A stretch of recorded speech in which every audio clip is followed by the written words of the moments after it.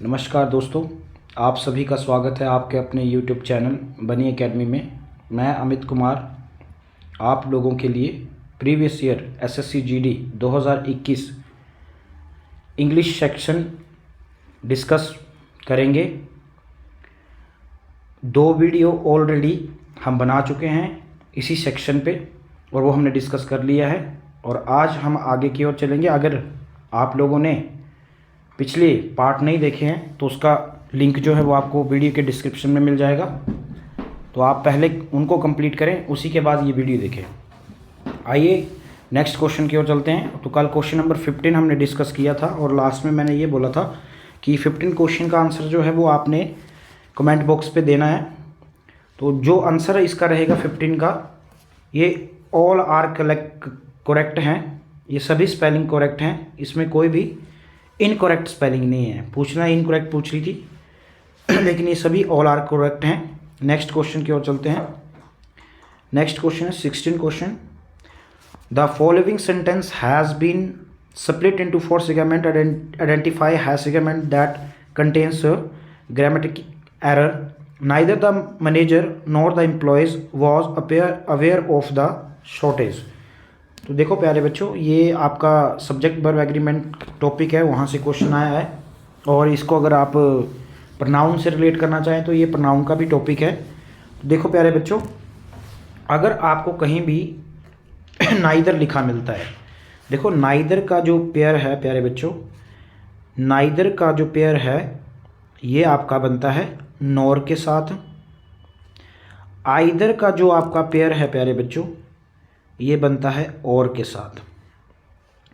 But also का जो बनता है आपका पेयर वो बनता है आप लोगों का नॉट ओनली के साथ। तो ये अगर आपको नाइदर दिए तो आपको फर्स्ट ये चेक करना है कि उसके साथ नॉर का कंपेयर के साथ यूज़ होगा। अगर आइदर दिए तो उसका यूज़ और के साथ होगा। अगर बट आल्सो दिए तो उसका यूज़ नॉट ओनली के साथ होगा। तो पहले यही चेक करना है हम लोगों ने। तो आइए देखते हैं। देखो नाइदर लगा है क्वेश्चन में और साथ में नॉर भी दिए, इसका मतलब यहाँ पे एरर पार्ट नहीं है। तो एरर पार्ट किस सेक्शन में होगा? फिर एरर पार्ट फिर किस सेक्शन में होगा? तो फिर एरर पार्ट जो वो हेल्पिंग वर्ब में चेक करना है हम लोगों ने। हेल्पिंग वर्ब में चेक करेंगे तो जब भी आपको ये वर्ड लिखे मिल जाते हैं नाइदर, नॉर, आइदर, और, बट, आल्सो, और इनके बीच में क्या लिखा मिलता है आपको प्यारे बच्चों? सब्जेक्ट लिखे मिलते हैं। क्या लिखे मिलते हैं? सब्जेक्ट लिखे मिलते हैं। तो जो हेल्पिंग वर्ब डिपेंड करती है वो करती है नियरेस्ट सब्जेक्ट। किस पे करती है प्यारे बच्चों? नियरेस्ट सब्जेक्ट पे। नियरेस्ट सब्जेक्ट पे डिपेंड करती है आपकी हेल्पिंग वर्ब, नियरेस्ट सब्जेक्ट। तो नियरेस्ट सब्जेक्ट देखेंगे आप, देखो नाइदर के साथ लगा द मैनेजर, ये सब्जेक्ट फर्स्ट है आप लोगों का। नॉर के साथ लगा द एम्प्लॉयज़, और एम्प्लॉय जो है बच्चे ये क्या, देखो एम्प्लॉय तो होता है सिंगल। अगर मैं इस एम्प्लॉय की बात करूं, अगर इसमें ऐसा नहीं लगा होता तब तो क्या होता है प्यारे बच्चों? सिंगुलर होता। लेकिन एम्प्लॉयज़ लगा है तो ये क्या है आपका? प्लूरल है। और जब ये प्लूरल यूज़ होता है तो हेल्पिंग वर्ब भी कैसी आएगी बच्चे? प्लूरल ही आएगी। हेल्पिंग वर्ब देखो सब्जेक्ट आपका सिंगुलर, सब्जेक्ट सिंगुलर, तो हेल्पिंग वर्ब भी क्या आती है प्यारे बच्चों? सिंगुलर आती है। अगर आपका सब्जेक्ट प्लूरल तो हेल्पिंग वर्ब भी क्या आती है प्यारे बच्चों? प्लूरल आती है। तो आपको देखो यहाँ पे सब्जेक्ट, और मैंने क्या बोला? नियरेस्ट वर्ड पे। तो नियरेस्ट कौन है? नियरेस्ट ये है, तो वो उसकी जगह क्या आएगा प्यारे बच्चों? यहाँ पे वर आएगा। तो आप देख लो आंसर कौन सा होगा? सी इसका राइट आंसर होगा क्वेश्चन नंबर 16 का।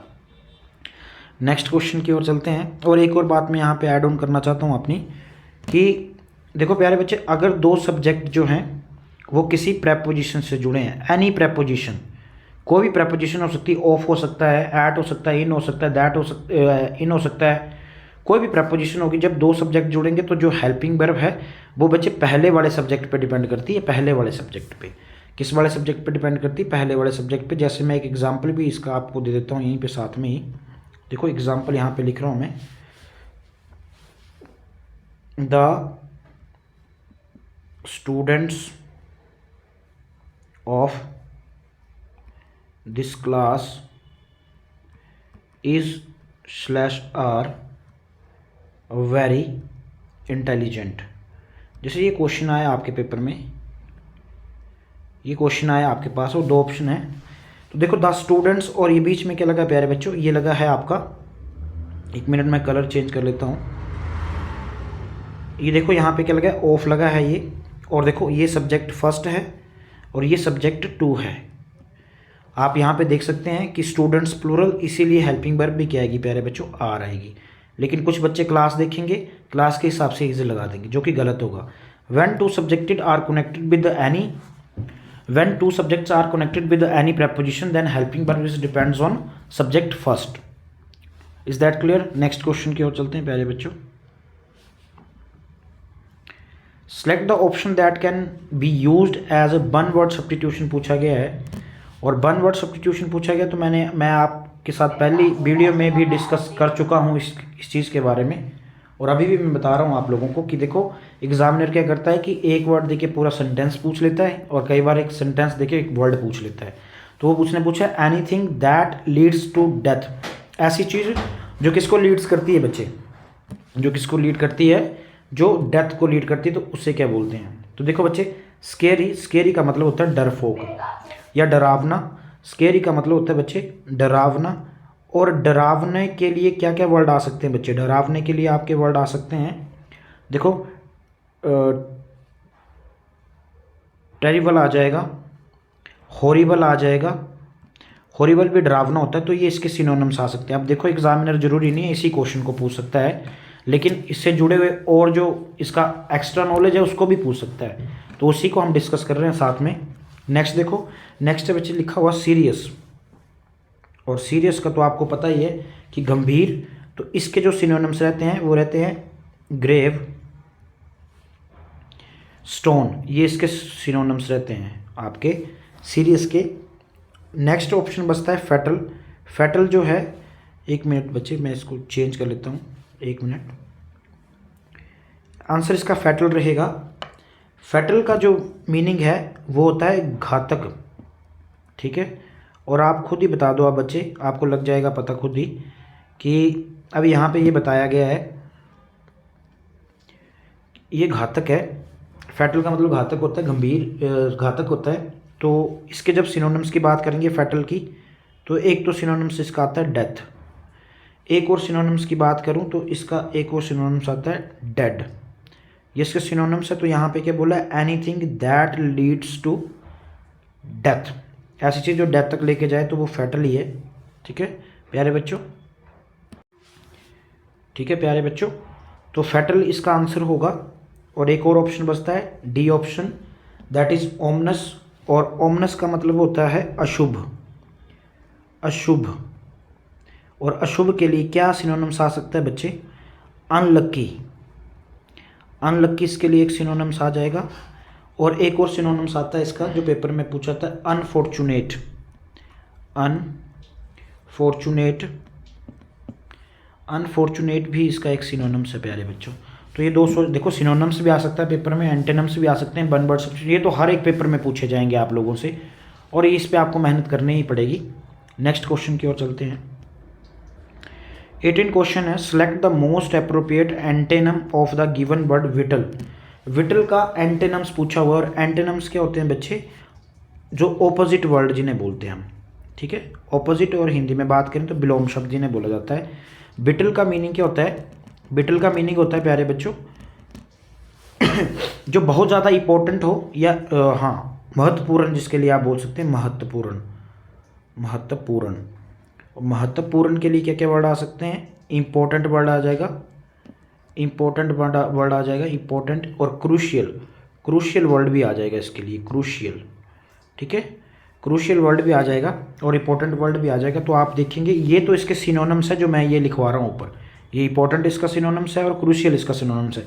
लेकिन आपने क्वेश्चन को ध्यान से पढ़ना है, पूछा क्या है बच्चे, एंटेनम्स पूछा है, एंटेनम्स। देखो क्रिटिकल का मतलब क्या होता है आपको पता है, क्रिटिकल सिचुएशन बोलते हैं कि कई बार जैसे आप बात करें डॉक्टर के पास कुछ ऑपरेशन वगैरह हो तो बताते हैं, कोई मरीज़ हो तो बोला बहुत क्रिटिकल, क्या है नाजुक, इसका जो वर्ड आएगा दैट इज़ नाजुक, क्रिटिकल के लिए आएगा नाजुक। और नाजुक के लिए क्या क्या सिनोनिम्स आ सकते हैं बच्चे आप लोगों के, ब्रिटल, वेरी इंपॉर्टेंट, बड़ी बार पेपर में पूछा गया है, ब्रिटल, ब्रिटल।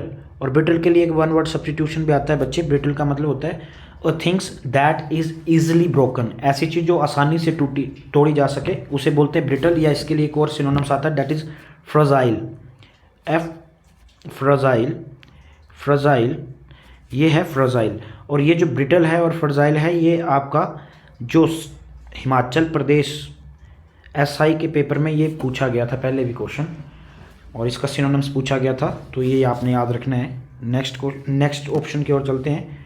ट्रिवियल, ट्रिवियल का मतलब होता है प्यारे बच्चों बहुत मामूली जैसा या तुच्छ वर्ड भी इसके लिए आ जाता है, तुच्छ वर्ड। तो देखो विटल जो बहुत इंपॉर्टेंट है और मामूली जो इंपॉर्टेंट नहीं है, अनइम्पोर्टेंट एक वर्ड आ जाएगा इसके लिए, अनइम्पोर्टेंट आ जाएगा, ये इसका सिनोनिम्स बन जाएगा।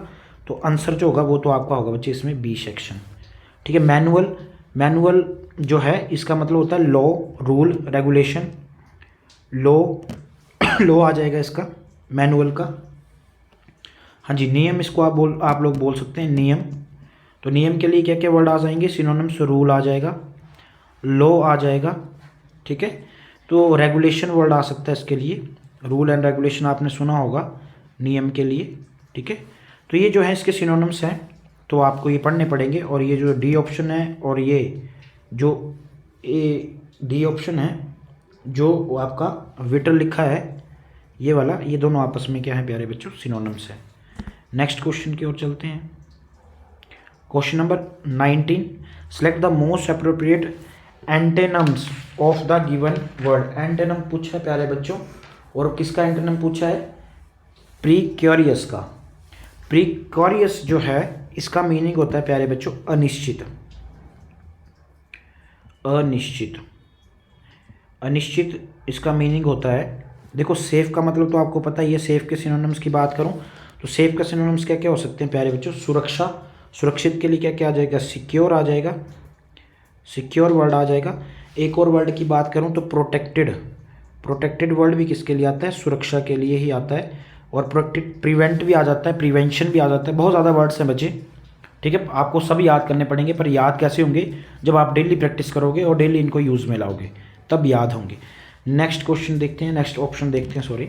डेंजरस, डेंजरस होता है आपको पता ही है, डेंजरस मतलब खतरा।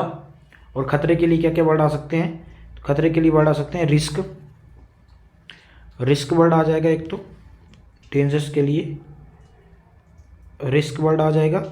और इसके लिए एक और वर्ड आ सकता है आपका, दैट इज़ परलस, दैट इज़ परलस। परलस भी इसका क्या है प्यारे बच्चों सिनोनिम्स है रिस्क का, डेंजर का। हमारे से क्या पूछा गया है, हमारे से पूछा गया है प्यारे बच्चों प्रीक्योरियस का एंटोनिम्स देखना है हमने। प्रीक्योरियस का जो अनिश्चित होगा तो अनिश्चित का आएगा बच्चे अनसर्टेन, अनसर्टेन का मतलब होता है परिवर्तन, ठीक है। अनिश्चित का मतलब क्या, जिसमें परिवर्तन ना हो, अनिश्चित जो काम हो ना सकता है, कभी हो नहीं पाएगा। परिवर्तन, परिवर्तन मतलब बदलाव, तो ये आपका इसका आंसर जो रहेगा 19 क्वेश्चन का वो सी रहेगा। नेक्स्ट क्वेश्चन की ओर चलते हैं। 20th question, select the most appropriate synonyms of the given word. Synonyms पूछा गया है हमारे से किस चीज़ का, गिवन वर्ड, गिवन वर्ड बच्चा आप लोगों का थ्रेट, थ्रेट का सिनोनिम्स पूछा गया है। और ये क्लैरिकल मिस्टेक है, क्वेश्चन है यहाँ पे थ्रेट का, ठीक है प्यारे बच्चों। तो ये थ्रेट का आपने सिनोनिम्स बताना है, और इस क्वेश्चन को मैं आपके लिए छोड़ता हूँ। आप इसका आंसर जो है वो कमेंट बॉक्स पे ज़रूर दें और बताएं, और अपने सुझाव भी ज़रूर हमारे साथ, एडवाइस जो है वो आप अपने हमारे साथ ज़रूर साझा करें और बताएं कि अगर कोई कमी रहती है तो आपके सुझाव हमारे लिए बहुत इंपॉर्टेंट है। तो नेक्स्ट क्वेश्चन की ओर चलते हैं। इस क्वेश्चन का जो आंसर है वो मैं आपको नेक्स्ट वीडियो में बताऊँगा, लेकिन आपने पहले खुद कोशिश करनी है, उसके बाद मैं तो बता ही दूँगा। नेक्स्ट क्वेश्चन की ओर चलते हैं बच्चे, प्यारे बच्चों। ये है आपका कॉम्प्रीहेंशन, इसे बोलते हैं हम क्लोज टेस्ट। क्लोज टेस्ट की बात करें तो ये क्लोज टेस्ट है। क्लोज टेस्ट में क्या होता है, थोड़ा सा मैं इसके बारे में बता देता हूँ पहले आप लोगों को, उसके बाद आगे की बात डिस्कस करते हैं, उसके बाद आगे की बात डिस्कस करते हैं प्यारे बच्चों। जो क्लोज टेस्ट होता है, देखो क्लोज टेस्ट जो कभी भी पेपर में आता है, तो क्लोज टेस्ट है क्या कि मान लो आपका कोई सेंटेंस लिखा है यहाँ पे, तो ये कहीं ना कहीं किसी में ख़त्म तो होगा ही जाकर।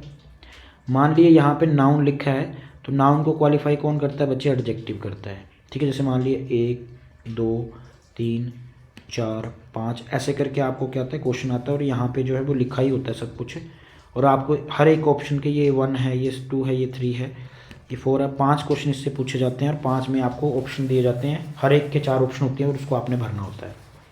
ठीक है, तो ये जो आता है आपका क्लोज टेस्ट, ये या तो एक होता है आपका वोकैबुलरी बेस, या तो प्यारे बच्चों ये होता है ग्रामर बेस। ठीक है, या वोकैबुलरी बेस होगा या तो ग्रामर बेस होगा। तो आपको वोकैबुलरी भी स्ट्रॉन्ग करनी पड़ेगी अपनी, और ग्रामर वाला पोर्शन भी करना पड़ेगा, तभी आप इस क्वेश्चन को कर सकते हैं। और धीरे धीरे मैं भी आपको, जब हमारी आगे की वीडियोस आएंगी तो मैं टॉपिक वाइज आपको हर एक चीज़ क्लियर करवाऊंगा। नेक्स्ट क्वेश्चन की ओर चलते हैं। अब क्वेश्चन की ओर चलते हैं, तो पहला क्वेश्चन देखते हैं। यहाँ पे लिखा हुआ है, पहले तो इसको आपने रीड करना है। When the air is clear the sunset yellow because the light from the sun has passed a long distance through air and the blue light dash second away if the air is polluted with small particles natures dash otherwise the sunset will be more red sunset over the sea may also be orange dash salt particles in the air the sky dash the sun is seen red as well as the light coming directly from the sun। तो ये कुछ आपके पास दिया गया है, और देखो यहाँ पे ऑप्शंस भी दिए गए हैं, हर एक क्वेश्चन का ऑप्शन दिया जाएगा। तो आपने पहले क्या करना है, जब भी आप इस सेक्शन को अटेम्प्ट करने लगे हैं और अगर आप देख रहे हैं तो पेन कॉपी अपने पास रखें प्यारे बच्चों। पहले तो आप इसके ऑप्शन लिख लें, 21, 22, 23, 5 क्वेश्चन होंगे, 5 के आप ऑप्शन लिख लें, फिर आप पहले खुद फिल करें, फिर सोल्यूशन को देखें। चलो पहला क्वेश्चन की ओर चलते हैं इसके। When the air is clear the sunset. अब देखो क्वेश्चन लिखा है और 4 ऑप्शन दिए, ऑप्शन की ओर चलते हैं। पहले देखो ये इज़ लिखा है, ये अपेयर्स है, ये हैज़ अपेयर्ड है, ये अपेयर्ड है। तो अगर मैं बोलूँ तो ये सारे ऑप्शन कहाँ से प्यारे बच्चों, वर्ब से हैं। वर्ब से हैं तो इसका मतलब ये सारे क्वेश्चन ऑप्शन कहाँ से हैं, ग्रामर से हैं। सारे ऑप्शन कहाँ से हैं, सारे ऑप्शन प्यारे बच्चों ग्रामर से हैं। तो आएगा क्या वो देखना है हमने। देखो आने को तो इज़ भी आ सकता है, अपेयर्स भी आ सकता है, लेकिन बेस्ट आंसर क्या होगा। देखो जब भी हम कोई यूनिवर्सल ट्रूथ आता है, जब भी कोई यूनिवर्सल ट्रूथ आएगा, यूनिवर्सल ट्रूथ वो होता है प्यारे बच्चों जो कभी चेंज ना हो। जैसे we can't live without water, ये क्या है, ये कभी चेंज नहीं हो सकता। उसी प्रकार से सन जो है वो सन के बारे में जो भी बात लिखी गई है वो क्या है, आपकी यूनिवर्सल ट्रूथ है, उसको हम भी नहीं चेंज कर सकते और कोई भी नहीं चेंज कर सकता है। और ये जब भी यूनिवर्सल ट्रूथ जब भी बताया जाता है तो ये बताया जाता है सिंपल प्रेजेंट से, सिंपल प्रेजेंट टेंस से। और सिंपल प्रेजेंट टेंस कौन सा होता है बच्चे, जिसमें वर्ब की फर्स्ट फॉर्म के साथ सिंपल प्रेजेंट टेंस में बताया जाता है, और वर्ब की फर्स्ट फॉर्म के साथ क्या लगता है बच्चे, एस लगता है या ई एस लगता है। तो आप देख लो प्यारे बच्चों, देखो यहाँ पे ये लिखा है when the air is clear the sunset dash yellow. देखो अपेयर्स आएगा यहाँ पे, क्योंकि यही एक ऐसा ऑप्शन है। इज एम आर तो कहाँ पे लगता है, प्रेजेंट कंटिन्यूस में लगता है। हैज़ अपेयर्ड ये प्रेजेंट परफेक्ट में लगता है। अपेयर्ड वर्ब की सेकंड फॉर्म है, ये तो पास्ट की बात होगी, तो ये तो बात होगी नहीं। क्या आएगा, present, simple present. Simple present वाला एक ही ऑप्शन था, अपेयर्स। तो मेरे को लगता है कि आपको ये चीज़ समझ आ गई होगी। नेक्स्ट ऑप्शन की ओर चलते हैं, सेकंड ऑप्शन।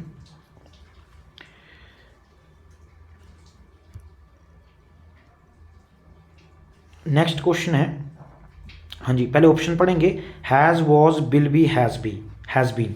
तो ये भी चारों ऑप्शन जो हैं कहाँ से आए हैं, ये भी ग्रामर के ही हैं, हेल्पिंग वर्ब से ही हैं, और वर्ब के ये तो ग्रामर से ही आए हैं प्यारे बच्चों।